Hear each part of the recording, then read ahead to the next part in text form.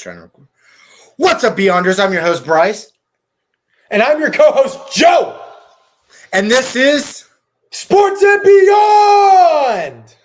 Our first topic we will be talking about today is the NFL playoff breakdown. Joe, do you want to open us up? Yes, I would love to open us up. So we're going to go by kind of like game by game.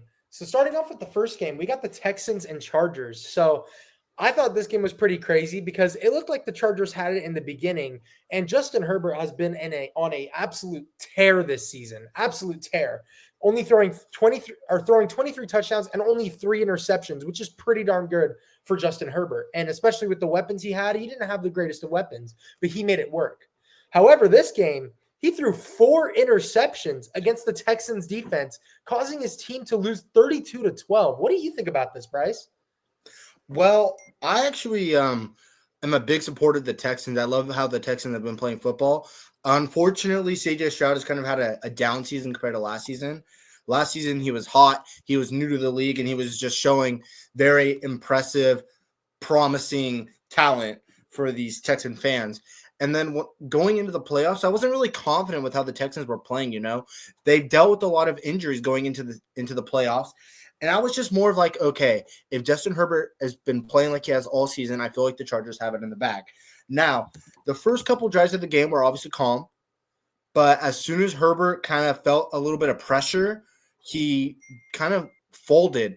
Justin Herbert has had Ladd McConkey, who's had an amazing season, a rookie season, and all of a sudden, it kind of all just broke down. And I feel like the Texans played when it mattered most, and it's very important that the Texans show up when it matters most. You could lose however many games in the normal season, but as soon as you go to the postseason, it's win or go home, and I feel like the Texans have that mentality, and that's why they came up on top. Now, to open us up into the next playoff, we're going to start with the AFC because you open us up with the AFC. Steelers, Baltimore. Joe, how do you feel about that matchup? You know, we see it in the AFC North, I believe, right? They're in the AFC North. Yes, they are. Yeah, so we see this matchup all the time in the AFC North, but this was, like I said earlier, a winner go home. So, Joe, what did you think about this matchup going before it started and then after the game? Well, before this game started, I was thinking, you know what? The Steelers are going to march in there and upset the Ravens because the Steelers ended their season off with a huge lose streak. They started off really good, but then they ended 10-7, which wasn't really ideal for them. And they're a great team with a great defense. So I thought, you know what? The Ravens are going to put them under their radar because they've been playing horribly recently. So the Ravens aren't really going to think much of them. And the Steelers are going to come in because Mike Tomlin's a really good coach. They're going to come in, boom, surprise them and take the lead. But the problem is Derrick freaking Henry exists. And he ran all over that Steelers defense. Lamar did his thing. Lamar is an amazing player. The Ravens offense was just no match for the Steelers defense. And Russell Wilson did not have the greatest of games. So I think part of the Ravens' readiness for the playoffs and John Harbaugh's amazing game plan was the reason why the Ravens were able to zoom past the Steelers. So I thought it was going to be a really good game where the Steelers come out on top. But the Ravens ended up pulling their weight and winning by 2 touchdowns. So respect to the Ravens. And now that we move on. No, sorry. Hold on. Can I jump in? Sorry. Yeah. I feel like it's very important to establish a run game in the NFL, especially in win or go home games, because you get to burn the clock if you get a good run game in and you get to get a good lead. We've seen it before with a ton of different teams that are a heavy run-first offense, but are very, very good and very dominant throwing the ball. And when the Steelers defense allowed the Ravens to run all over them, that's when I noticed this game's over. There's no way that the Steelers are going to be able to establish dominance on defense when they were letting Derrick Henry run all over them. Lamar Jackson, he's been an amazing runner, but this season he's taken on the ability of throwing the ball way more than running first. So they were honestly kind of just landing on trying to stop Derrick Henry, but they didn't stop Lamar Jackson when he scrambled. So I feel like the biggest problem there was not being prepared for the run game and not stopping it. Steelers are a very dominant defense. I mean, arguably, some people feel like they're not, but like for me personally, I feel like they were a very good defense throughout the beginning of the year. They kind of fell off in the middle of the year, but towards the end of the year is when they really took a hit. But I was hoping that the playoff berth would really establish this dominance again in the Steelers defense, which it didn't. And it was very disappointing for me And I don't know how to feel about the Ravens advancing in that game because I was hoping on the Steelers too. I love George Pickens. I love Russell Wilson. I love the Steelers defense. I love the Steelers in general, but I feel like the thing is Steelers is always an above average team that makes it to the playoffs and loses. So my hopes weren't high, but they were like, damn, I don't want to see Lamar Jackson go far. I love Lamar Jackson, but I love Josh Allen more, man. I really do. And I was scared of Lamar Jackson going into the playoffs, man. And I was just hoping, oh boy, I hope they lose so the Bills, assuming that they win, could go on. Now, the next matchup in the AFC, Broncos-Bills. Joe? Well, the Broncos and Bills, I thought in the beginning, the Broncos put up a decent fight. It was 10-7 at halftime. Will Lutz missed a kick, unfortunately, to tie the game going into halftime. And it was just unfortunate from then on because after in the third quarter, I think this was the third quarter, Josh Allen, amazing play. Josh Allen is freaking amazing, especially this season. Rolls out heavy under pressure, throws the ball to the back of the end zone. Ty Johnson slides, catches the ball, and barely stays in bounds. Bills take a 10-point lead. From that point, the Bills just gained this amazing momentum that kept them going and going and going for the rest of the game. And unfortunately, it just wasn't enough for rookie Bo Nix to catch up with the Super Bowl caliber Bills team. And after that momentum boost, the Bills just carried, and took it. Yeah, no, in a lot of sports, momentum is a big thing. Once you get momentum, the game gets kind of taken away. In basketball, momentum is very important. You get momentum, you could build a lead. In soccer, you get momentum, you get a little more energy from the players.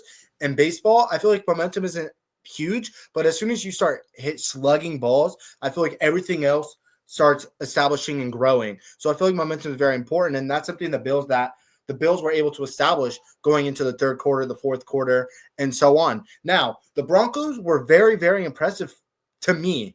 I did not expect them to go that far. Bo Nix kind of had a hiccup at the beginning of the season, and I was like, oh boy, this is a shit show. This is a shit show, man. I was like, whew, like, did they mess up? Like, did they mess up on their draft? It was more just like a panic, but he really started to like understand NFL and adapt to it and really showed that he was a promising player. Now, he wasn't as good as other quarterbacks, specifically one quarterback that we'll talk about later. He wasn't able to be better than him in this rookie class, but I feel like Bo Nix will be a dominant quarterback if the Broncos give him the weapons that he continues to use, if he gets more weapons, and if he's able to be more dominant going against dominant players like Josh Allen and the Bills defense. The Bills defense in no means is bad. I feel like the Bills defense is a really good defense. It's not the greatest defense, but it's definitely a really good defense. And I feel like the way Bo Nix played against them wasn't the best in the second half. And that's kind of what lost them the game is they weren't able to shut down momentum and they weren't able to get points when it mattered most. And I feel like in football or just any sports in general, when you need your team to show up and score points, they need to do that. And if they don't, the game gets out of control. And that's kind of what happened in Buffalo. Now, going into the next side of the bracket in the NFC, let's start off with Vikings-Rams. Joe, let's talk about that. Boy, oh my. This game was a huge upset in my eyes because the Vikings had a dominant season. You know, Sam Darnold had 4,000 yards, 35 touchdowns, 12 picks. Those are elite stats, especially coming from Sam Darnold, who had really struggled to find his balance in the NFL. And then this year he came out swinging, playing great. And everyone's like, watch out for the Vikings. Watch out for the Vikings. The Vikings are going to be a great team. They go to the wild card round and they get blown out. Like they lose by 19 or 18 points. That's crazy. And I think part of this was the Rams pretty good. Their pretty good pass rush overwhelmed Sam Darnold, and it just caused Sam Darnold, because keep in mind, although Sam Darnold has been in the league for about 5 years now, this is Sam Darnold's only like second or third official year starting on a new team in a new system, his very first time starting in the playoffs. So in the playoffs, it's a different environment. And especially when you got all this defensive line that's very good, very prominent, rushing at you 24/7, it's hard to find your balance and make your throws. And I think part of this was just Sam Bradford's like ghosts. He was seeing ghosts again. We all know that joke back in 2019. He was seeing ghosts again. And the Rams pass rush just did a really amazing job getting to Sam Darnold and just ruining his morale that he had earlier in the season. And they were able to capitalize and get a huge win out of this. Yeah, the Vikings, man. I thought that they were one of the best teams in the league going into the playoffs. They had an amazing season, and I was really like reconsidering the NFL, because the NFL, there's a lot of quarterbacks that haven't panned out. But this year specifically, I feel like a lot of quarterbacks who haven't panned out previously are kind of finding their rhythm in the new NFL. And I was really happy to see Sam Darnold kind of succeed on a new scheme and a new team away from New Jersey or New York, the Jets, and getting passed around, going to different teams, and finally finding a place where he's established himself and kind of been able to play the ball that he wants to play. And he was very, very dominant. I loved Sam Darnold. I had him on my fantasy team. I talk about fantasy every week apparently, but I had him on my fantasy team. He was an amazing fantasy quarterback, and he's an amazing quarterback in general, but I feel like he lacks experience in the playoffs, and he really didn't show any competitiveness in the playoffs. And I feel like kind of what destroyed his morale was having to deal with the Detroit defense the week before. I mean, he was getting plundered on. He was getting sacked after sack, not playing a good game, and he wasn't able to find that rhythm going into the playoffs. And the Rams continued to add to that, getting in his head and making him throw to ghosts again. He was seeing things, man. And it's unfortunate to see Sam Darnold kind of take that fall after this amazing season that he put on, but you got to give kudos to the Rams. I mean, the Rams, obviously they're one of the rivals against the 49ers. You're a big fan, but you have to give respect where respect is due. And I feel like the Rams did very good handling against these Vikings that people were like, oh, this is the best team in the NFC. This is the best. This is the best. But I feel like the Rams definitely came into that game with like a win first mentality. And then they just kept adding to it. They wanted to win. Once they got the lead, they kept just putting the pedal to the metal, foot to the throat. Yes. And they didn't let the Vikings breathe. And I feel like that's what lost the Vikings the game. It's just out, like beating them to every single play, being the first person to the ball, getting extra yards when getting a catch, running pretty well. I feel like there's a lot to talk about that game, but I feel like at the end of the day, the Rams just really, really did like physically and score-wise beat the Vikings. And that's something that I was kind of shocked. I thought that the Vikings were going to win this game and go against Detroit and give Detroit a little bit more of a struggle. But we'll get to Detroit soon.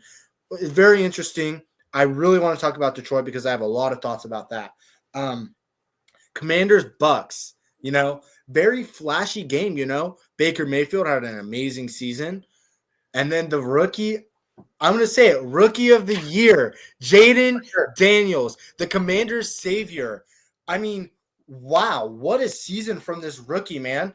I mean, showing better signs than, honestly, RG3. RG3 was an amazing quarterback coming into the league, and he did amazing for Washington until he got hurt. Now, the most important thing for the Commanders and for Jaden Daniels is staying healthy. And right now they're staying healthy and they're being very, very dominant, which is very, very good. And I love to see what the Commanders are doing. I love to see what they did against the Buccaneers. It was a very, very good game. Joe, I want you to kind of open up and I'll kind of bounce off of what you said. So let me hear your thoughts first. Well, I think that was the best game of the wild card round because it was pretty back to back and it ended off on the field goal where the Commanders kicker, I think it's Austin Cyber. I don't really remember his name. But it bounces off the right upright and into the field goal. I thought he missed it. I was like, oh, what a dumbass. He missed it. It's going into overtime. It's over. Baker's going to get the ball first. He's going to say, screw it. Mike Evans down there somewhere. Just throw it up to Mike Evans, and he's just going to catch it. No, but he doinks it in, and the Commanders get the win. Huge respect to Jaden Daniels. He is, I'm going to say it, one of, if not the best rookie quarterback of all time, playing amazingly and showing this poise and maturity in the playoffs as a rookie quarterback. So I think he's doing an amazing job, amazing team win for the Commanders. And I would like to touch on the final game in the wild card round. We got the Packers and the Eagles. So I have some pretty strong opinions on this one. The Eagles won by 12 points, but they beat a Packers team that was literally lost an arm and a leg. Romeo Doubs, Jaden Reed both got injured in the game. the Elton Jenkins, their best offensive lineman, got injured. Then their backup offensive lineman got injured. Then their backup kept getting holding calls. It was just a total crap show for the Packers. Worst nightmare, absolutely worst nightmare. And the Eagles played horribly. The Eagles should have blown out the Packers for the caliber team they are. Jalen Hurts had a horrible game. His stats don't just suggest it, but Jalen Hurts was not playing well. And I guess you could argue it's his first game in a few weeks and coming off a concussion. But he did not play the Eagles did not play like a caliber team at all. And the Packers just unfortunately bitten with the injury bug. I think, hot take, if the Packers were fully healthy, they would have upset the Eagles. But the Eagles, as usual, slipped away with this win. Yeah. Oh, wow. Don't even get me started. Like the Eagles in general. I feel like the Eagles recently have gotten really lucky in the playoffs. Kind of like very unfortunate that their opponents have been getting bitten by the injury bug. I mean, we've seen this a couple years ago against the 49ers, them hurting the backup, like the whole line, man. Playing quarterback. Yeah, like it's insane that the Eagles keep getting away with this. And maybe it's just that they're playing to a physical level where the other teams can compete to it, or it's just the misfortune. And I'm not the biggest Eagles fan, and I really hate to see them succeed, especially against this Packers team that I actually really do respect. I love the way the Packers have played. It's just unfortunate to kind of see how the Eagles won because it wasn't an honorable win. I mean, a win's a win, but from an innocent person who doesn't really belong to a team, kind of just watching this game unfold, I felt really like disgusted, you know? It was disgusting to watch this team like celebrate a win playing against a freaking backup team. Like it's essentially garbage time for basketball, you know? You're losing players, you're just throwing in the back of the bench because you can't afford to lose anyone else. And that's kind of how the Eagles like slipped by. If Green Bay was healthy and they continue to be healthy throughout the whole game, the Green Bay would have given the Eagles a challenge. And I feel like the Eagles haven't been challenged in the wild card, at least. The next game, which we'll talk about, I feel like it was a little bit more interesting, but there's a lot of factors that went into the game. So do you want to take us back to the AFC, or do you want to stay in the NFC and talk about the divisional? Let's do the divisional. So, we talked about all the wildcard teams, but we'll talk about the NFC divisional right now. So, Rebounding off what Bryce said about the Eagles playing the Rams. The Rams, they're a decent team, but the Eagles struggled against them once again. For the Eagles being a second seed and a 14-3 win team, I'm pretty sure they were 14-3, if I'm not mistaken. The Eagles did not play good. They only won by 6 points, and the game came down to the last possession. And it was just an unfortunate blunder by the Rams O-line, who couldn't really block a soul, was leaving 30-some-year-old Matthew Stafford out there to use his legs, which he's not really good at anymore. He's still an amazing pocket passer. But the Rams kept it very close, and the Eagles were not playing good to show for it. The Eagles, the only reason they won that game was because Saquon Barkley is just an amazing running back. Saquon Barkley has been a huge contributor to that Eagles team. Part of the reason why they are where they're at right now, because Saquon has literally carried that team for the most part on his back. And he was the reason why they got past the Rams. So what do you think about this, Bryce? Well, here we go again. The Eagles getting lucky with fate on its side. The weather was absolutely horrendous. We just sent an LA team into Philadelphia with snow. It's super unfortunate to see a California team that plays in a dome go in an outdoor stadium and play with snow. Philadelphia had the advantage because of the weather. And I'm not taking credit away from Philadelphia. They won. They played a very mediocre game. Let me take that back. The Philadelphia Eagles didn't win. Saquon Barkley won. And that's the deciding factor of the Eagles. So Yes. The biggest problem that I noticed in the Eagles is the Eagles lost control of the game when they conceded that safety. When Jalen Hurts got that knee injury and then he gave up that safety, the next drive, the Rams fumbled the ball. And then the Eagles took a touchdown, and that's when they lost the game. A lot of factors go into this game, and I feel like the Eagles, again, got lucky, man. It's a matter of luck. and they got super lucky in that game. The weather conditions were heavily on their side. We have to remember, Saquon Barkley played in college in Pennsylvania. He knows about the weather. He's aware of what to do. Kyron Williams, I don't know where he went to go play in college, but he plays in a dome. He plays in LA right now. He's not used to these weather conditions. So of course the ball's going to be slippery. And I even watched when I was watching the game and Kyron Williams made that fumble after they got the punt from the safety. The ball was sliding on the turf, like not turf, but grass. It was sliding on the grass like a hockey puck.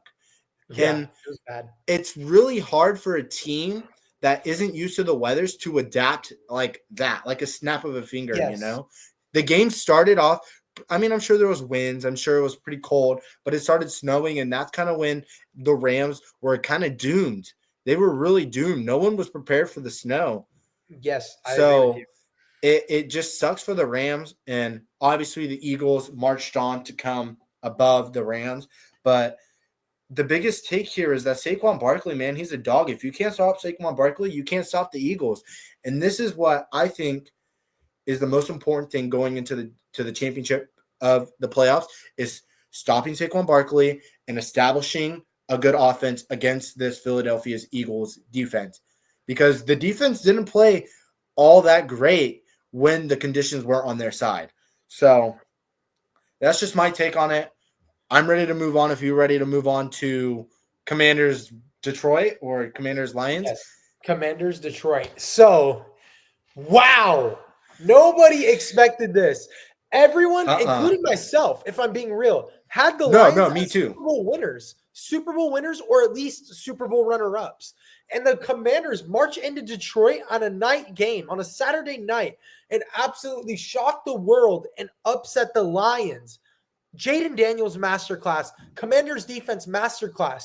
But I think the thing that killed the Lions was, no offense to Dan Campbell, he's a great coach, but his play calling was not up to par in this game.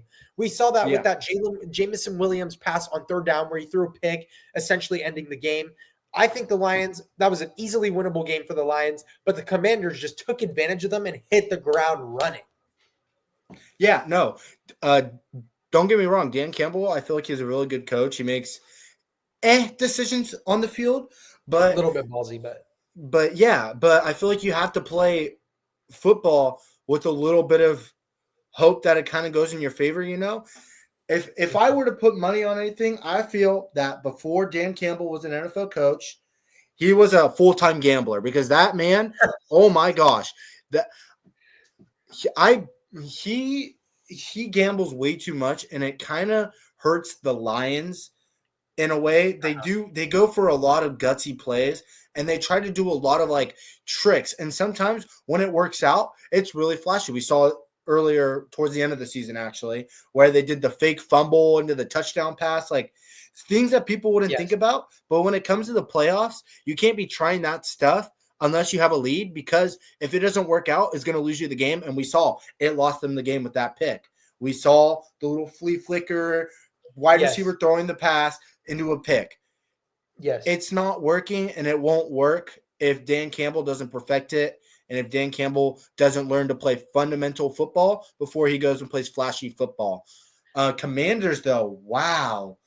I like you said, I wasn't expecting the Commanders to do as much as they were doing, and it's really shocking, and I'm kind of excited to see how they translate going against the Philadelphia Eagles. I feel like the Commanders just went in there, played some football, and took care of business. I remember the end of the game very vividly. You know, I was eating dinner with my family, and the game was on, and I was like, this game really got away from the Lions. It really got away from the Lions. The Lions, they fell behind, and they were chasing the game. You can't let that happen. You can't chase a game and hope that it goes in your favor. It's really unfortunate for the Lions, and I was really hoping that they would go far.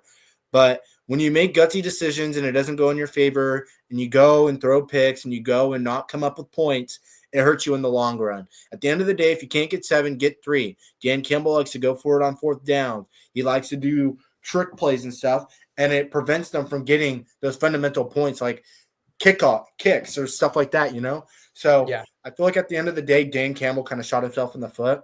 I'm kind of excited to see what he does next season, to see if he implements a little more fundamental football before he goes flashy football. But knowing him, he's going to gamble and he's going to keep playing flashy football. And it's exciting to see because it did work, but it didn't work at the same time. That's just my take on it. I feel like Dan Campbell needs to improve as a coach. Obviously, he's still kind of new to the whole thing. Everyone thought he was crazy when he first got the job and talked about biting ankles and stuff. He was a big talk. He was the biggest talk of the town. And now he kind of shown over everyone he has that dog mentality and he wants to win. But he needs to show that he can win before getting ahead of himself. And I feel like he went into that game thinking, oh, we're the number 1 seed going against the number 6 seed. Surely this should be a dog walk, and it wasn't. So they need to reconsider. Next season, I want to see them be hot again because I'm excited to see what this Detroit team does. Now, next topic, we're going to go back to the number 1 seed in the AFC. Patrick Mahomes, CJ Stroud. I hate the Chiefs. It's super annoying to see the Chiefs play sometimes because people claim that they're the best team in the league, but the way they play doesn't prove it. And Joe, I want you to be full-hearted and completely honest, but kind of hold back because I don't want this to get demonetized. Tell me what you think. Well, wow. Another wow game because the Texans, man, they were just unfortunate on the unfortunate end of the stick. The Chiefs did not play great this game, and we can see that with the final score. They're supposed to be a blowout. The Chiefs are the number 1 seed. They won by 9 points. And we saw, if you watched the game, you saw that there were some definitely questionable calls made against the Texans, especially that one where Will Anderson was rushing Patrick Mahomes, and they called it a helmet-to-helmet hit when Will Anderson clearly did not make head-to-head contact with Patrick Mahomes. So I think there was a little bit of foul play when this game was all said and done. And I think that's part of the reason why the Texans won was because of this foul play. And the Chiefs didn't play that great at all. No, it's how many times do we have to watch a Chiefs game and see Patrick Mahomes kind of get bailed out on heads-up plays? Mahomes got sacked a couple times. Will Anderson got to him, and some very questionable flags thrown by the refs. There was one roughing the passer by Will Anderson that was arguably not even arguably, it wasn't roughing the passer. Another example is Mahomes was rushing. He was kind of lost. He was towards the sideline. He was kind of lost. He cut back inside to center field. He slid very late, and he got hit by 2 defenders, but they were already coming at him before he slid. But as soon as he noticed that they were coming at him, he slid and got roughing the passer call. Another one that I noticed is he was running out of bounds, and he stops right before he runs out of bounds, so the defender has to push him out of bounds, and then they call a late hit. Mahomes gets bailed out sometimes, and it's very annoying to see that the refs are kind of just handing these Chiefs the games. There's a lot of games in just during the season, in the regular season, where Mahomes kind of got bailed out. The Chiefs kind of got bailed out. I mean, we see, I don't know his name, but he's a tackle. He's either tackle or guard on the Chiefs who always false starts. He always gets the edge when he's about to block, and it's never flagged.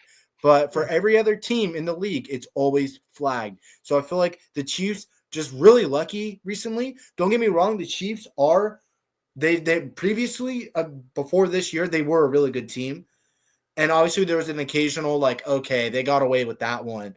But this year, all year long, it was very questionable, and I really sat back and questioned the NFL and just how they run the league, because the NFL is a money-first league, unfortunately, and that's what kind of annoys me is that they don't care about competitive fairness or anything. They just care about the money, and it sucks to see teams that really go out there week in and week out and put their heart into the game lose because the NFL feels like they can make more money off the Chiefs. Yeah, totally. So with that, we'll move on to our next AFC divisional round game. Ravens and Bills. This was the best game in the playoffs so far because The Ravens had such a winnable game in their clutches. And as much as I want to see the Bills and Josh Allen win a Super Bowl, shout out Josh Allen, Fireball FFA boy. That's my dog. Yes. Yeah. And Yeah. Fireball. that's only an hour south of us. I So, know. but the Ravens, they sold this game away. First of all, the final score was 25-27. Ravens still kept it close.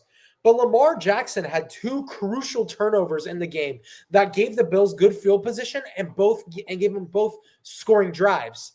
Another person we need to talk about that really messed up this game is Mark Andrews. Mark Andrews is a great player, but this was definitely not his day. Like, he must have woken up on the wrong side of the bed. Like, he must have stubbed his toe on the door on his way out. He must have put on left sock, left shoe, then right sock, right shoe, because luck was not on his side today, because he had that one catch, gains 20 yards.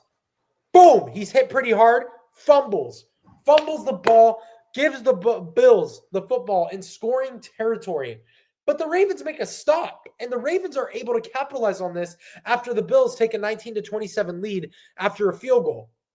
Well, the Ravens don't do much to justify this, because after a drive where Lamar Jackson looked absolutely amazing, looking like the MVP, having his MVP moment of the season, Lamar throws a beautiful pass to Isaiah Likely for a touchdown.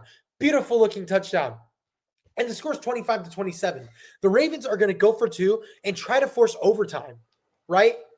They go for two. I thought this play was going to be lit up in the beginning, but they had Mark Andrews on a check and release out route, running right by the right end zone line. Lamar throws it. Mark Andrews catches it. But wait, the ball literally slips out of this dude's hands, and he drops it, eliminating the Ravens the chance to win the game. He could have tied the game and sent the game to overtime, but it slips right through his clutches, allowing the Bills to get the ball back, kneel it out, and win the game. Yeah, you have to feel bad for Mark Andrews, man. I mean, the game on his hands, and he secures the ball, but then it kind of just falls loose when he's sliding. And it's super unfortunate. Like you said, he probably did put on a left sock, left shoe, right sock, right shoe. It's unfortunate. And Mark Andrews, let's be honest, he kind of had a bad year. Like, coming off the year he had before, I thought he was going to be really good. In the beginning of the year, they were feeding the ball to Isaiah Likely a lot, and they kind of faded out. But then eventually Mark Andrews kind of found his footing and was playing a little bit better. But even then, Mark Andrews just struggled this year, and he definitely is going to have a lot to rethink going into next year. It sucks to see Mark Andrews kind of have to deal with that. And I feel bad that Mark Andrews is the person who decided the fate of the Ravens, even though previous years he's been honestly a standout player for the Ravens. Yeah. It's just unfortunate. And I feel like the Bills just played the way they needed to play to win the game. They both played exceptional games. It's just the Bills played a little bit better, and that's what kind of made them come on top. And I was talking to our friend CP, Christian Peebles, if people know him. I was talking to him on the bus on the way home from Sonora. Yeah, I was talking to him on the bus from home from Sonora, sorry. And we were talking about the NFL, and we were talking about MVP talk. And I told him, I said, the MVP will be decided, in my eyes, the MVP will be decided on this game. Mm-hmm. Whoever comes out on top is going to be favored for the MVP because they're both the leaders of the team. They're both the standout player of the respected team. And at the end of the day, they elevated the team, and whoever elevated the team higher than the other deserves the MVP. Josh Allen came out victorious, and I feel like that kind of just established his role for MVP. Now, it's unfortunate that it came down to Josh Allen and Lamar Jackson because my heart is with Joe Burrow. I really, really, really think that Joe Burrow deserved MVP. He had a stunning season, man, a stunning season, but he's not going to be looked at because he didn't make it to the playoffs. And the Bengals started off on a bad foot. They lost a couple games where they shouldn't have lost, and it bit them in the butt. Yeah, so totally. So going back to the game, sorry, I got off track. Going back to the game, I loved watching the game. It's just really sucks that it came down to one play and one mistake because I feel like both teams could have easily came victorious from the other. So it's just a little bit of a rough spell for the Ravens, and I feel like next year they kind of need to reevaluate and see what they do from there. Now, we talked about all the playoff brackets up until the day. Today is January 22nd. So obviously the next game coming up, NFC Championship, AFC Championship. We're going to start with the NFC Championship. Joe, let's open it up. Okay, so we got the Commanders and the Eagles. And as you guys can tell from 35 minutes of listening to this podcast so far, Bryce and I are not Eagles fans. Bryce and I heavily dislike the Eagles. And they're going up against our king, Jaden Daniels. Yeah. And personally, this might be a hot take viewed by many, but I think the Commanders are going to march into Lincoln Financial Field and upset Jalen Hurts and the Eagles. We've seen it earlier in the season where they beat the Eagles. To be fair, Jalen Hurts was not playing. Kenny Pickett was playing. But Jalen Hurts has been through a rough spell in the playoffs, and I don't expect that to end anytime soon. However, one factor that we should consider is the weather. If it's snowing, I think the Commanders will struggle because Washington, they do experience playing through heavy rain, but they do not know about the snow. So if it here, let me step in. Washington is actually located in they play in DC, so they do experience snow. Yeah, they experience snow, but not as bad as Philadelphia. So weather will be a factor, but I feel like they're kind of not used to it as Philadelphia is, but I feel like they will adapt better than the Rams did. So sorry to interrupt you. No, you're good. You're good. Because I think the Commanders, bottom line, the Commanders walk in here and walk out of Philly with an upset. Jaden Daniels is the first rookie quarterback to ever play in a Super Bowl. And I think the Commanders will honestly put up a great fight in this game. And I think that in the end, they will end up winning. And the Eagles, up to as much as I would love to see them win, I just did air quotes for those of y'all that's listening on Spotify. I don't think the Eagles are going to win. I don't want them to win. I don't think they're going to win. The Commanders will march into Philadelphia and will emerge victorious out of the NFC Championship. The Commanders are going to prove why the Commanders should be talked about a lot more. The Commanders are going to win this game because I feel like the Commanders want it more. Yes. They've played their hearts out this playoff. They've come into every single game, the underdog, and proved why they shouldn't be an underdog. Same thing here with the Philadelphia.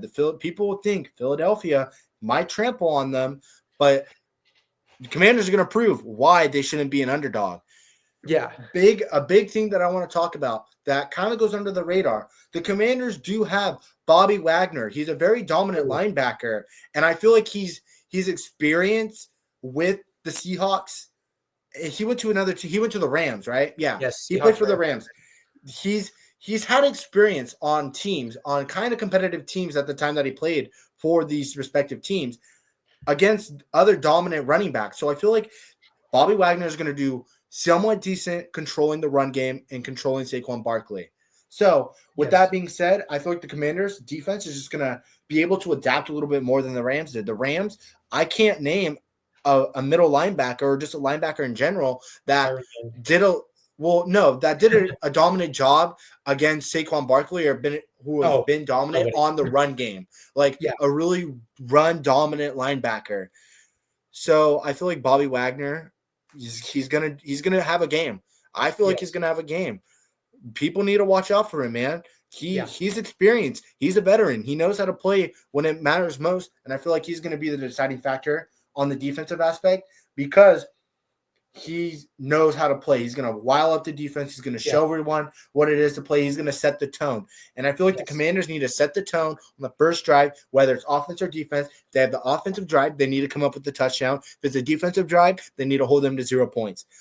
Yes. As soon as the first drive ends and they only get 3 and Philadelphia marches up the field and gets 7, I feel like it's going to be too late for the Commanders to come back unless they get multiple back-to-back 0-point stops. Yeah. So that's my take. I hate to say that. I hate to say that Philadelphia has a chance. I really do. It's realistic. But it's realistic. At the end of the day, Commanders are the 6th seed. Philadelphia is the 2nd seed. So It's interesting, but we've seen this matchup before. Obviously, we've been to see it at its full glory because of injuries during the regular season. But the Commanders are very capable of dealing with the Eagles. And let's not forget, Jalen Hurts is still kind of shaken up from that knee injury. Obviously, he wasn't severe, but he still was shaken up towards the end of the game with that knee injury. So Yeah. maybe if they attack the quarterback, not play dirty, but go for the knee, please. Go for the knee. Attack Great. the knee. Attack the knee. Yeah. When your opponents are down, just keep them down, man. Like attack. That's Like crazy. okay, so you're telling me in a boxing match, if you know your like player's like elbow or shoulder is hurt, you're not going to attack that shoulder to hurt them a little bit more. That's true. You're right. I feel like it's important not to ethical. focus on the weak points, and in this case, it's crazy to say Jalen Hurts' weak point is his knee, so attack his knee. Easier said than done, obviously, but the Commanders need to be careful on the blitz. They can't blitz because they will get punished if they constantly blitz. They need Yeah. a balance in between playing zone, man, and blitzing. I feel like the way that they play defense and the way that they should call will determine the game, and it's very important to keep in mind that the defense will determine the game, and the tone of the game will be determined on the first couple drives. Let's go into the next other side of the bracket, AFC Championship. Do you want me to open up or do you want to open up? I got this one.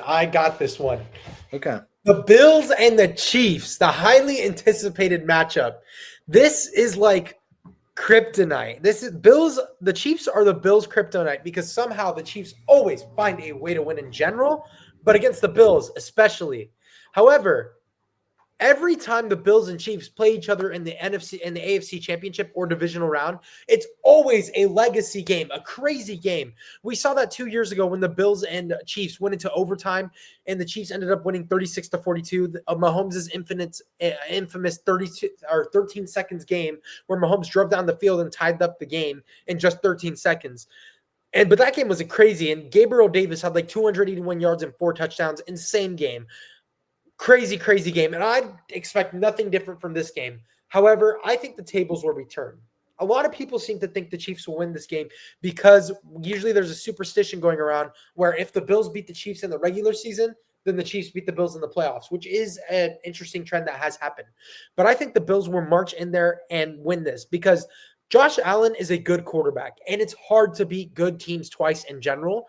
And Josh Allen's not going to let the Chiefs best him 2 times in his career.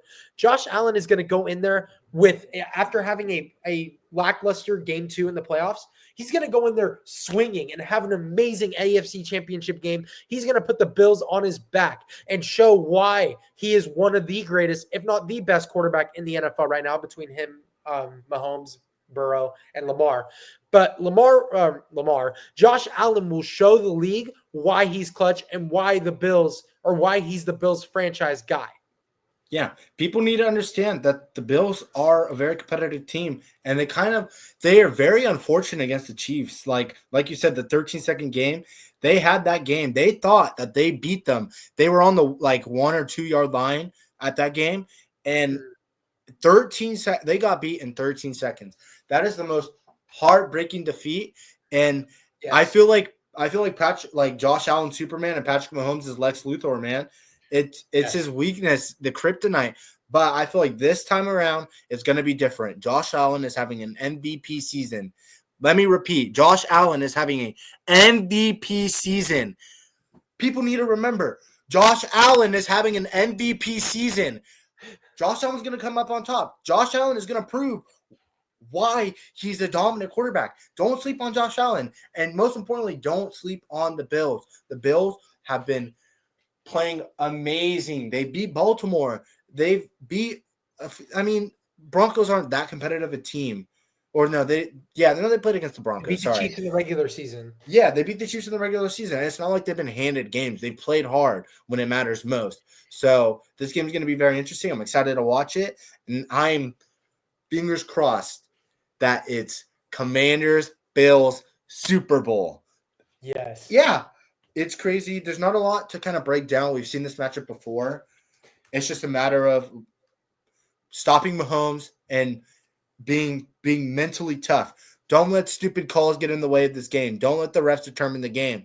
The refs have already determined the game in previous experiences, but if the Bills don't allow the refs to determine the game, the Bills are going to have a good chance. So, like I already mentioned, my prediction for the Super Bowl, Joe, what are your two teams? We obviously kind of discussed. We both have Commanders, Bills. Who do you think would win the Super Bowl if it's Commander Bills? And then let's talk about the other possibilities of the Super Bowl, assuming that the Commanders Bills doesn't happen. Well, I think it's going to be Commanders and Bills. And I think if it comes down to those two teams, I think the Bills win this game. I think it'll be a good game. But then again, Josh Allen, if he beats the Chiefs, he's going to be on an absolute tear, showing people why he's one of the greatest quarterbacks in the world, if not the best quarterback in the league and the world right now. Josh Allen is going to march in there. Josh Allen and the Bills are going to march in there. And unfortunately, the Commanders' luck, or not luck, I wouldn't call it luck. The Commanders' great football playing is going to run out soon. And I think the Bills are going to take advantage of this Commanders team and just take control of the Super Bowl and win. Now, you said to discuss other alternatives. Well, I think even if it's Bills and Eagles, I think that the Bills will win because, again, Josh Allen, huge tear, amazing player. And I don't think the Eagles will keep up with the Bills' defense, stuff like that. And then Chiefs, Eagles. I think the Chiefs, I don't know. I think the Eagles will win that one as much as I don't want it to happen. Like, I really don't want it to happen. I think the Eagles win that matchup just because of like Jalen Hurts and like they want their get back or whatever. They want their rematch and they're going to play with vengeance and they're probably going to win that game if that happens. Chiefs and Commanders, unfortunately, as much as I would want the Commanders to win, I think the Chiefs win this one because Patrick Mahomes is a different breed, especially in the Super Bowl. Patrick Mahomes really comes to life and proves to people why he is Patrick Mahomes. So those are my inputs on the Super Bowl predictions. Yeah, there's a lot of different possibilities. Obviously, if the Eagles win, it could be Eagles, Bills, Eagles, Chiefs. Eagles go against the Bills. Bills are going to win. That's my opinion. Yeah. If Eagles go against the Chiefs, I hate to say it, Chiefs are going to win against the Eagles. Repeat. Yeah. Rest. If it's Bills, Commanders, I really want the Bills to win. I'm a big Josh Allen fan, obviously, like we said, a Fireball legend, a California legend. I love Josh Allen, man. He's inspiring. He's proving to everyone that you could be from a small town and show the world what you got. Yes. Bills, Eagles. Give me the Bills still. Bills are probably going to do a lot in the Super Bowl if they make it there. Obviously, the Bills have been to the Super Bowl quite a bit of times. There was a time where they went to the Super Bowl 4 times and came short all 4 times. But this Bills team is different. This Bills team is going to show everyone why they deserve to win. Commanders, Chiefs. Give me the Chiefs. As much as I hate the Chiefs, if the Chiefs make it to the Super Bowl, I feel like no matter what, the Chiefs are going to win. Obviously, I hope I'm wrong. I really do hope I'm wrong. But the Chiefs, like you said, are a different breed in the Super Bowl. They decide to have generational games in the Super Bowl, and it really pisses me off to see Mahomes prosper. But unfortunately, it happens. Yes. That kind of wraps up my thoughts about the Super Bowl, about the NFL. And should we lighten up the mood and talk about maybe college football? Yeah, let's talk about college football. Okay, we're a little late to the journey, but this is an important topic. People don't agree. Some people agree. Did Travis Hunter deserve the Heisman? Joseph, let me hear your thoughts, and then let me argue against it because I feel like I have a good opinion in here. Well, this is the most controversial topic I've ever talked about in sports. I don't think that Travis deserved Heisman. As I think it was close, but Travis is a great player, playing both sides of the ball. But people like seem to like kind of like praise him for putting up like he puts above average stats at both of those positions, but not like crazy amazing stats. Like on defense, he had 4 interception, plethora of forced fumbles, some clutch plays, but like nothing really like super insane because like let's be real, defensive players don't really win Heisman. And on offense, he had 1,152 yards and 11 touchdowns, which is very good for a college football receiver. So he did great on both sides of the ball. However, people seem to be forgetting about Ashton Jeanty himself. I know people argue that Ashton Jeanty was playing in the Mountain West, which, to be fair, is not the most competitive division in the world. But listen, Ashton Jeanty had 2,601 yards and 30 Insane. touchdowns in 14 games this season. That's second most all time in college football single season. And you may say, oh, he played against easy teams. Genty was robbed. Rushing for 2,601 yards in 14 games regardless, that's insane. Like Yeah. that's he's averaging 187 yards a game. Like that's pretty dang crazy if you ask me. Averaging so many yards a game, scoring 30 touchdowns and literally carrying the Boise Broncos. I'm pretty sure. Yeah, they're the Broncos, right? Yeah, the Broncos, yes. Yeah. Carrying the Boise Broncos all the way to the college football playoff single-handedly. And he even played before you guys say he played against easy teams, he played against Oregon and had an amazing game. So he's proved that he is a good player and that he was deserving of the Heisman Award. Yeah. Man, it's not every season that we get to see someone that's generational, obviously. Yeah. I mean, he's very generational for us. The Heisman, I feel like the person who wins the Heisman should be awarded the best player in college football. Ashton Genty had record-breaking season. He was by far the best running back in all of college football last year. Travis Hunter was a mediocre player on both sides of the ball. Okay, The well, I don't know Heisman, about mediocre, but he was he was an above above average. He was above average player on both sides of the ball. I say Now receiver, he was really good, but like he was above average on defense. Like receiver, Yeah. he was really good, but above average on defense. But when you talk about Ashton Genty, if you ask, was Ashton Genty an above average running back? No, people would say he was elite. He was And people, extremely elite. yeah, and people will argue, oh, well, he only played on one side of the ball. I couldn't imagine Ashton Genty playing on both sides of the ball. Okay, but Ashton Genty does his job well. His job is to go out there, stand in the backfield, and run the ball. And guess what he did? He ran the ball.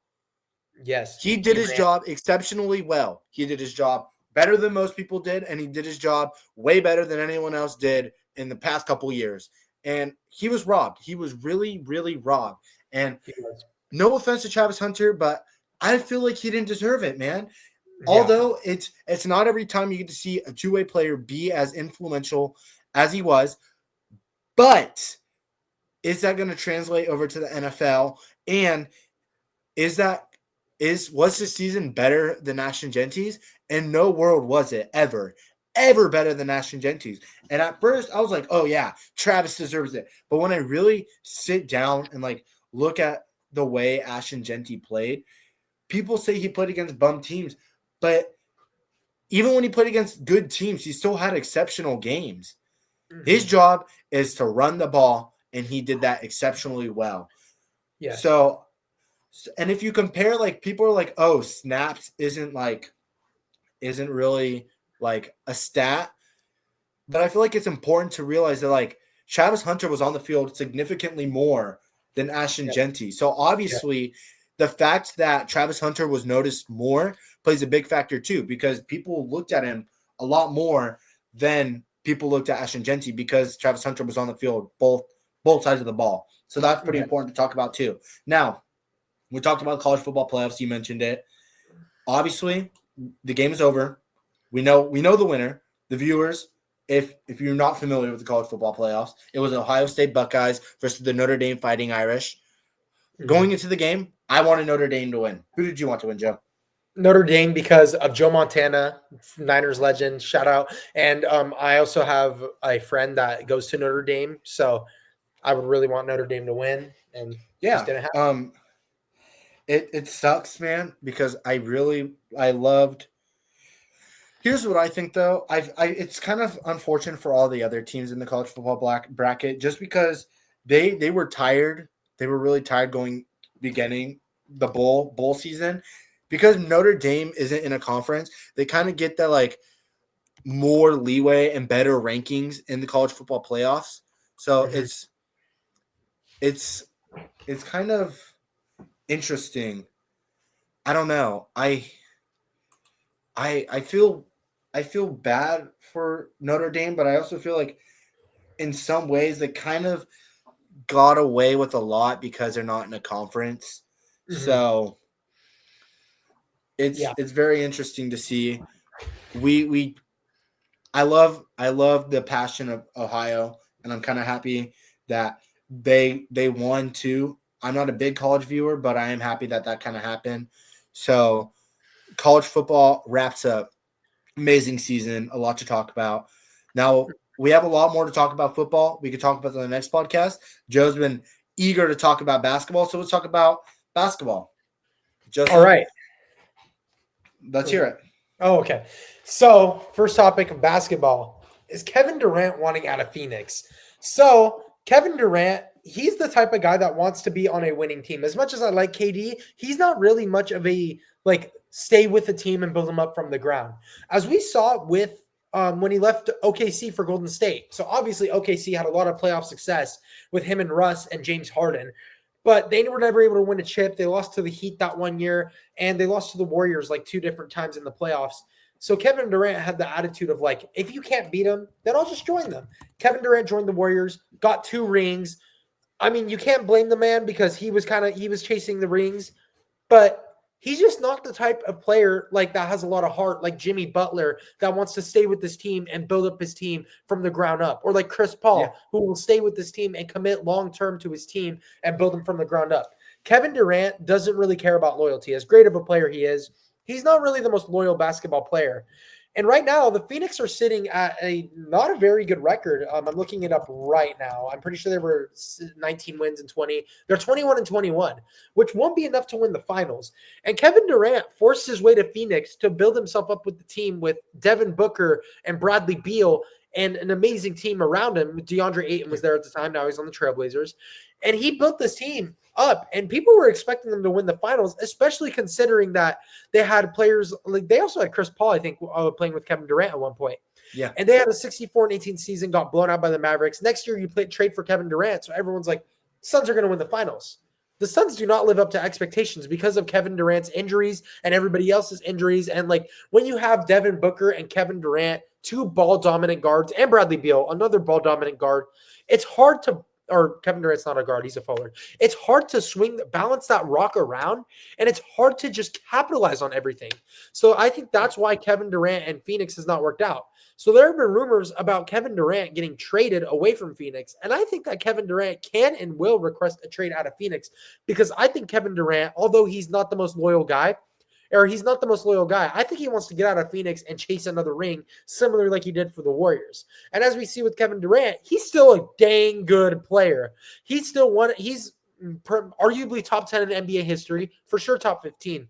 Still averaging 27 points per game, 6 rebounds, and 4 assists. He's playing basketball, great basketball. He does it every year. He hoops and hoops and hoops every single year. And I think he'll want to be out of Phoenix because I think he wants to chase for another ring. Oh man, I feel like very rare that we have 2 different takes on this. I don't think KD wants to leave, and here's why I don't think KD wants to leave. I think that the Phoenix Suns are hoping to land on Jimmy Butler. Now, recently, the Suns have made a trade. Recently, the Phoenix Suns have made a trade with the Jazz to get a few earlier draft picks. They traded away their 2031 unprotected pick to get 3 newer recent picks. I think that KD is planning to stay with the Phoenix Suns because the Phoenix Suns are going to send Bradley Beal and these 3 first-round picks from the Jazz over to the Heat and bring Jimmy Butler to Phoenix. And it's interesting to see because Jimmy Butler recently, and in the away game against the Trailblazers that you talked about DeAndre Ayton being on, he was wearing Phoenix Sun colored shoes, which was very interesting. And Jimmy Butler has said, I don't know if he said publicly or if it's been a rumor, but his number 1 trade destination is in fact Phoenix. So I feel like KD might be willing to stay a year or 2 more, hoping that the Jimmy Butler trade will happen. So maybe they could be a little bit more competitive of a team. I mean, it's interesting to see Kevin Durant, Jimmy Butler. They'll have Devin Booker and a few other players be playing on the team and kind of being a little more dominant. And I feel like that trade will definitely elevate the team a little bit more because you have Jimmy Butler and the quality of Jimmy Butler. It's very interesting to see, and it's kind of exciting. I don't want KD to leave Phoenix. I feel like he's enjoying basketball in Phoenix. Next topic, I feel like the next topic, because we're running. I mean, we've talked about a lot of football, so we're kind of rushing through the topics. That way we could wrap this up within an hour. That way you guys don't get bored. Is Victor Wembanyama panning out for the Spurs? Joseph? Oh, 100%. Victor Wembanyama has been a force on offense and defense. Victor Wembanyama has been the it factor for the Spurs, and he's just in his second year. He's already averaging 24, 10, and 3, which are elite for a sophomore year player. And he is one of, if not the greatest prospect to ever come out of an NBA team. Victor Wembanyama, amazing defender, amazing offense. The only problem is his stature. He's kind of skinny, but he's super tall, and he can play defense. He can shoot the 3 ball. He can post up. I'd like to think that Victor Wembanyama is Tim Duncan, but with liposuction surgery. Like, he's just a skinny stick Tim Duncan. Very good on offense, very good on defense. All around an amazing player that will only continue to get better and will elevate the game of the San Antonio Spurs for many years to come, considering that he's very, very young. Yeah, Victor Wembanyama. I mean, man, he was the most hyped prospect since LeBron James, and we know, we know what LeBron James panned out to be. LeBron James panned out to be one of, if not, some people might say, the best player in NBA history. Yes, Victor Wembanyama is proving why he was one of the most hyped prospects since LeBron James.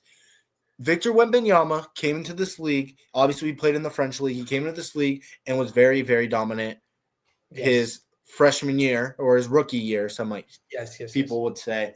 So it's interesting to see that now that he has a little bit more people around him to play, that he's playing a little bit better. Obviously, he has Chris Paul now, who has been feeding him the ball. Chris Paul was on that infamous Lob City team with Blake Griffin. Chris Paul could throw up a lob, and Victor Wembanyama can finish the ball. So it's very good to see that Victor Wembanyama now has a guard that can feed him the ball and just play normal basketball, fundamental basketball, and get wins when it matters most. So I'm very happy to see Wembanyama panning out and kind of building this Spurs team from the ground up. Obviously, his first season, they weren't that good of a team. I think they only had like 21 wins or something like that. It was very sad to see, very, very sad to see Victor Wembanyama's first season. But I think there's only one way, and that's up, especially for Victor Wembanyama, but also for the Spurs. They're obviously still a young, up-and-coming team. And obviously, when you see young and up-and-coming teams, they don't always pan out the first year. It might take 2 to 3 years. And I feel like if we give it a little bit of time, we let Victor Wembanyama develop a little bit more, he's going to be a very dominant player.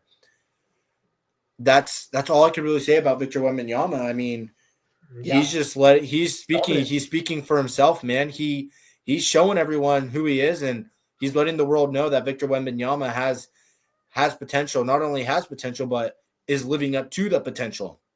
Yes. Joe, is there anything else you wanted to talk about basketball-wise, or did you want to move into the closing part of the podcast? Let's move into the closing part of the podcast. But one thing I would like to say before we do is I think Victor Wembanyama will be one of the great, will be an NBA great, especially considering the controversy surrounding him before he was drafted, and people were thinking he wasn't going to pan out in the NBA because he was super tall and skinny. But he's showing that he is a great player, and with a player like Chris Paul, he's got Keldon Johnson with him, Devin Vassell, Jeremy Sochan, young up-and-coming Spurs team that I think in a year or two will be one of the best teams in the league. Yeah, NBA right now is a shoot-first league. It's not really paint dominant, and Victor Wembanyama can swing the rock. He could really swing the rock, especially for a big. He could swing the rock. So it's really promising seeing a big be able to shoot at that high of a caliber. Obviously, Jokic is a very big guy, and he could shoot the ball. So that's maybe why he's super dominant too, is because he could shoot the ball. And obviously, Jokic is a little bit bigger of a build. I feel like Wembanyama, if he beefs up a little bit, gets a little more muscle, he'll be more dominant than Nikola Jokic, even though Jokic is already dominant. I feel like Wembanyama has a way higher roof than Jokic. Yeah. I mean, that seems crazy to say now, but it's very much possible. It is. And that kind of just wraps up the Wembanyama talk. I love Wembanyama. Sorry, Wembanyama. I love Wemby. Wemby is a very good player. And actually, sorry to go off topic. I'm trying to wrap this up, but I saw something that was kind of interesting. It wasn't really a controversy with Wemby, but it was a controversy with one of the young fans. He did a jersey, like obviously he did a jersey exchange with like a really young fan. There's like this famous photo of like they exchanged jerseys and like the kid was like a youth small and he gave like his big ass jersey to this player. And the parent of the kid was selling the jersey on eBay for like $10,000 or something like that. And Wemby, like he saw the post and like he posted it to his story and like he sent like the laughing crying emoji, but it wasn't like the standard one. It was like the one that was like sideways. I don't know how to like describe it, but like more of like not like LOL, but like more of like this is embarrassing laughing out loud. Yeah. I thought it was interesting. I thought I would just point that out. That Wembanyama has been kind of wrapped up in some controversy that he can't control, but I feel like even with that, Wembanyama is still going to be a good player. I don't really understand why I mentioned that. I just thought it'd be kind of cool to talk about because I saw it and I was like, oh, that's interesting to talk about. Might as well talk about it. Yeah, something I would like to add just really quick. I know we're trying to move on to the next segment, but I think that this is just from Wemby's side because he gave that kid that jersey and his parents are just being selfish and trying to sell it for their own profit. So I think he's in the right now. But that's just what there's nothing he could really do. He was an amazing person being willing to give up his jersey for a smaller jersey. And it's good to see that there's still love for the fans in sports. It's very good to see that. I love to see fan interactions and stuff like that. Okay, let's move into the fun part of the podcast. A lot of people talk about it. Obviously, you've had the generational pick of the big red blob from Western Kentucky. Oh yeah, we're going to talk about top 3 food chains. Initially, we agreed to top 5, but I feel like our most time that we normally have is 109. Yeah, we're at 106 right now. This might be one of the longer podcasts. So let's get this going. Playoff talk. So 40 minutes.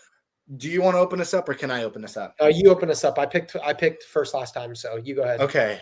We both kind of came up with this on the fly before we started to hit record. So we're kind of just going off the fly. I feel like for me, like, is this like personal opinion or is this like broad like food franchise? Okay. Personal. Number 1, if every time I'm near one, I'm always asking to get it. My number 1 pick is Raising Cane's. I love Raising Cane's. You can never go wrong with chicken fingers. You can never go wrong with their fries. You can never go wrong with their cane sauce. Not to mention, who gets the coleslaw? Always get the extra Texas toast. Nobody gets the coleslaw. Nobody gets the coleslaw. Texas toast is generational. Oh, yeah. That's why I'm putting cane sauce generational. Cane's in general. It elevated the chicken finger game. It elevated the chicken game. And that's why people should put respect on Raising Cane's game. Joe. Yeah, I agree. What's your first pick, man? I'm interested to see. I know you have a lot of opinions. I'm ready to hear what you think about fast food. Ooh, okay. So I'm actually conflicted on this one right now. But I don't think that my first pick would be your next pick. So for my first pick, I'm going to go with the place that I think is just a little bit better than Raising Cane's. I'm going with I know what you're saying. Baby. No way. No way. There's no way you're saying Chick-fil-A is better than Raising Cane's. It is better. It is better. You got the sandwiches, the shakes. I like Chick-fil-A more. No. The chicken at Cane's is better. I will give you that. But Chick-fil-A's chicken, their options, their mac and cheese. Their mac and cheese, they give you fruit, tortilla soup, all this good stuff. So many more options. Many more options and variety. That's why I pick Chick-fil-A. I have a question, right? Let's say, no offense to your no offense to your franchise and this team you're building. Let's say you're hungry on a Sunday. Where are you going? Chick-fil-A or Raising Cane's? Okay, good point. Good point. But anywhere else, if it's any other day of the week, I'm going to Chick-fil-A. Okay. What happens the last day on earth is a Sunday and you had to choose between Chick-fil-A and Raising Cane's? Where are you going? Where are you going, Joe? I'd have no choice, but I wouldn't enjoy it as much as Chick-fil-A. Just saying. No. Talking about food in general. Chick-fil-A. Raising Cane's is a more reliable. Correct. Raising Cane's is more of a reliable and a better tasting chicken franchise. Yap. Move on. Make your next pick. Okay. My next pick, I'm going to switch it up. I went from chicken. I'm going burgers. Everyone's going to agree with me here. Give me In-N-Out. I knew it. I knew In-N-Out. it. Yeah. That's a valid I pick. mean, In-N-Out a lot after of people. football games on Friday nights hits. Yeah. And In-N-Out I'm is amazing. and honestly, I'm not a big burger guy. I'm really not. But I feel like with that pick, there's no reason why I should just leave you with Chick-fil-A and In-N-Out. I feel like I have to play defense here on this pick. This pick was very important because I had to play defense. It's more of a strategy than like a genuine opinion pick. But I feel like In-N-Out is still a solid burger franchise. Obviously, I mean, there's a secret menu. So you could still get whatever you want. You could get a double, you could get a triple, you could get a quad. There's animal style. There's fry. Their fries are animal fries are meh. Oh, no, I love their animal fries. I always mess those up. And their milkshakes, hot take. This might be a hot take. In-N-Out has the best fast food milkshake. Low key, their milkshake is so good. I love their milkshake, and I don't go to In-N-Out. Never mind. I take that back because my next pick is going to be better. Well, not the next one. The pick after this one is going to be better. Okay, yeah. I don't know. I feel like In-N-Out is just a solid pick. It's a good defensive pick. I'm left with the last pick in the draft, so it's important to kind of see what you have and then evaluate what I have on the table. So, Joseph, I'm going to leave you with the next pick, and let's see what I got at the last round. This pick might be a sleeper, and you might be like, oh, my God, you're not cooking. But honestly, every once in a while, you got to eat healthier and get your protein. And this is very popular among the gym rats. My pick. I am going. No, I'm not letting you take that. No, Chipotle. No, you're lucky. Chipotle. Hey, you're really lucky. Listen. You can put anything you want in your bowl. You can get protein. You can get brisket, chicken al pastor, chicken. You can get corn, guac, beans, rice, anything you want in this bowl. Or you can get a burrito. Or you can get quesadillas. You can get their chips. Chipotle with my second pick. Joseph, you're really lucky. I almost just walked off the podcast. I literally almost just walked off the podcast. No, I stand on that. I don't know, man. If I want good Mexican food, I'm not going to Chipotle, man. I'm going to a taco truck. I'm going to a restaurant. Okay, yes, that's valid. But when you're talking fast food, like taco trucks are also fast food. When you're talking like fast food chains, Chipotle is your only option for Mexican food. And Chipotle gives you good, amazing portions. They give you these big bowls that can feed you for a very long time, and the food is good. Okay, yeah, but what about the controversy with them, like limiting how much portion control you get, you know? Yeah. It's a very controversial franchise. It's a very controversial franchise, man. Yeah, it's controversial, but the food tastes good nonetheless. In all honesty, man, you could have gotten a better pick later. I don't know, man. Good nonetheless, my next pick is going to be a even more sleeper one. So I'm gonna go ahead and let you pick because I know for a fact you're not going to pick the one I have in mind. Ooh, this is my last pick. I have chicken. I have burgers. I don't know what I want to go here. Like obviously there's a pick out here that a lot of people might agree on, a lot of people might disagree on. You said that there's no other Mexican food chain, but there's one. What? If you say Qdoba, no, you're going to say, I know what you're going to say. No, I'm not going to say it because guess what? I don't like it personally.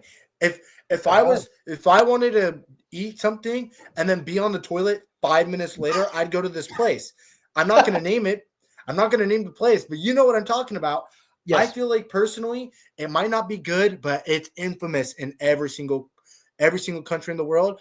Give me McDonald's just because of the fame, man. Just because of the fame, They have chicken nuggets. They have burgers. They used to have like little like salads and stuff. Like I don't know. They have the McRib. Hey, don't sleep on the McRib.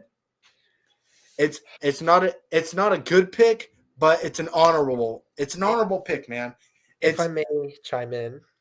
We're talking about the GOAT of fast food, Joe. When you think of the GOAT and longevity fast food chains, you're going to talk about McDonald's. I'm sorry. Okay. I might not say it's my favorite personally, but I got to pick it because I feel like I'm building a win now team, and I need McDonald's will definitely help my team elevate and win now. Okay. Well, let me raise you this. We both of us know basketball. Do you consider Bill Russell as a top 10 player of all time? I do, yeah. No, you don't, because you're just saying this. Hardly anybody considers Bill Russell as a top 10 player of all time, but he's definitely not top 5. He's definitely sure he can be top 10, but I don't think he's anything above the 9 or 10 spot. And that's what McDonald's is. Bill Russell won 11 championships during his reign, but who was he playing against? McDonald's was one of the first fast food chains ever. No, who are they playing against? I talked about this with Mr. Steiner. Shout out Mr. Steiner. We talked about Bill Russell. You have to remember, Bill Russell might have played against plumbers, but guess what? He was a plumber himself. He was a plumber in a plumber league. He was an amateur player playing against amateur players. It's not my fault that he was dominant. So don't talk about McDonald's like that. No, you're helping me out. No, you're helping me out because you're telling me the plumber when they started from the bottom. They built that food franchise brick by brick, and you can't be mad at them for that. Okay, because you're telling me that you just said Bill Russell's an amateur playing in the world of amateurs. You just said McDonald's is an amateur playing in the world of amateurs. So that means you just technically called McDonald's an amateur franchise.